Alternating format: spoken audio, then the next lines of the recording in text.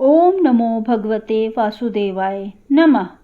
आज हम सुनेंगे षष्ठ तिला एकादशी की कथा। षष्ठ तिला एकादशी का व्रत भगवान विष्णु को समर्पित होता है। यह व्रत माघ महीने के कृष्ण पक्ष की एकादशी को रखा जाता है। इस दिन तिल का दान करने का विशेष महत्व होता है। धार्मिक मान्यताओं के अनुसार इस दिन व्रत रखने से सभी कष्टों से छुटकारा मिलता है और जीवन में सुख शांति बनी रहती है। सबसे पहले हम जानते हैं षष्ठ तिला एकादशी का महत्व। एक समय दलभ ऋषि ने पुलस्त्य ऋषि से पूछा कि हे महाराज, पृथ्वी लोक में मनुष्य ब्रह्म हत्या आदि महान पाप करते हैं, पराय धन की चोरी करते हैं, दूसरे की उन्नति देखकर ईर्ष्या करते हैं, साथ ही अनेक प्रकार के बुरे काम में व्यस्त रहते हैं, फिर भी उनको नरक प्राप्त नहीं होता। इसका क्या कारण है? वे न जाने कौन सा दान पुण्य करते हैं जिनसे उनके पाप नष्ट हो जाते हैं। यह सब कृपा पूर्वक आप मुझे बतलाइए। पुलस्त्य मुनि कहने लगे कि हे महाभाग, आपने मुझसे अत्यंत गंभीर प्रश्न पूछा है। इससे संसार के जीवों का अत्यंत भला होगा। इस भेद को ब्रह्मा, विष्णु, रुद्र तथा इंद्र आदि भी नहीं जानते, परंतु मैं आपको यह गुप्त तत्व अवश्य बतलाऊंगा।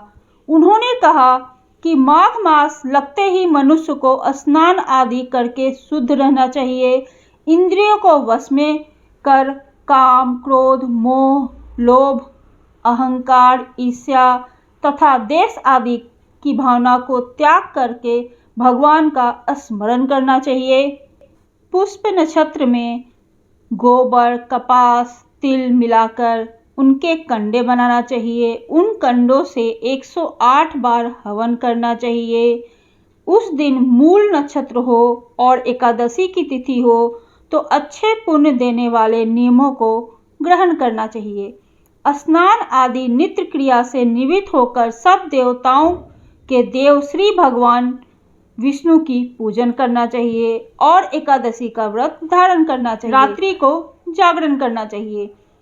उसके दूसरे दिन धूप, दीप, नैवेद्य आदि से भगवान का पूजन करके खिचड़ी का भोग लगाना चाहिए। तत्पश्चात पेठा, नारियल, सीताफल या सुपारी का अर्घ्य देकर स्तुति करनी चाहिए। हे भगवान, आप दीनों को शरण देने वाले हैं। इस संसार सागर में फंसे हुए का उद्धार करने वाले हैं।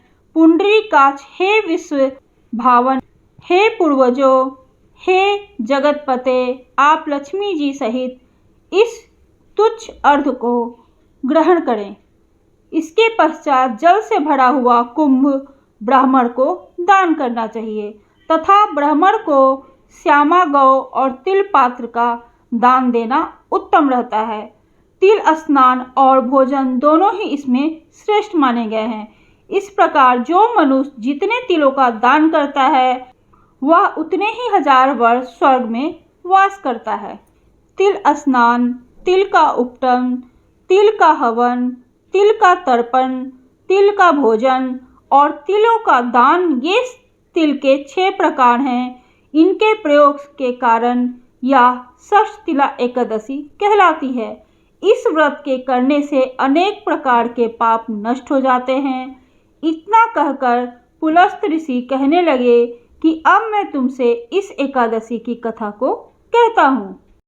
एक समय की बात है, नारद जी ने भगवान श्री हरि विष्णु से यही प्रश्न किया था और भगवान ने जो षष्ठ तिला एकादशी का महात्म्य नारद जी से कहा था सो मैं तुमसे कहता हूँ। भगवान जी ने नारद जी से कहा कि हे नारद, तुमसे सत्य घटना कहता हूँ, तुम इसे ध्यानपूर्वक सुनो।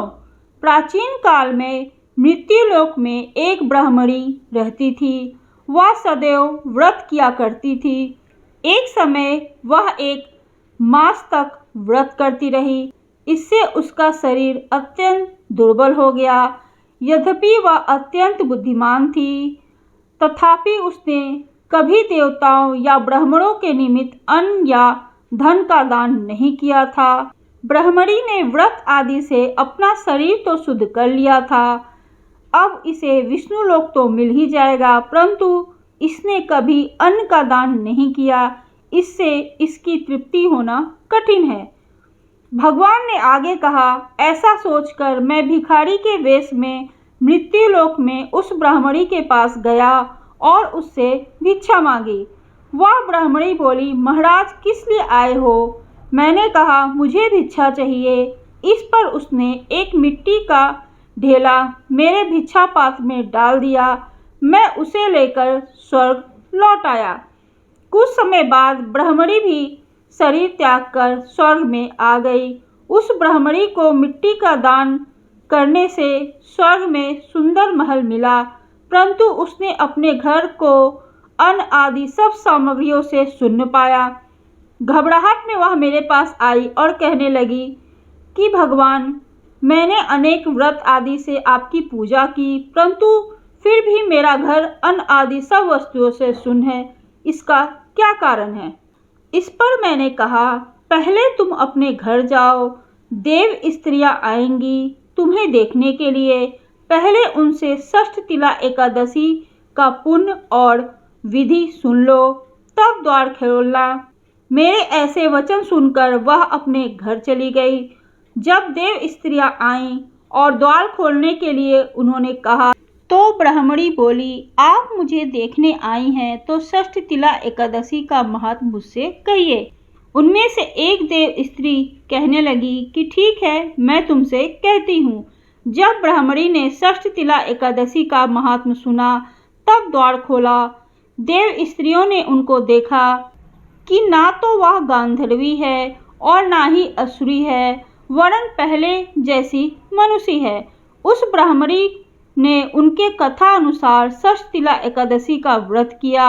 उसके प्रभाव से वह सुंदर और रूपवती हो गई तथा उसका घर अन्न आदि समस्त सामग्रियों से युक्त हो गया।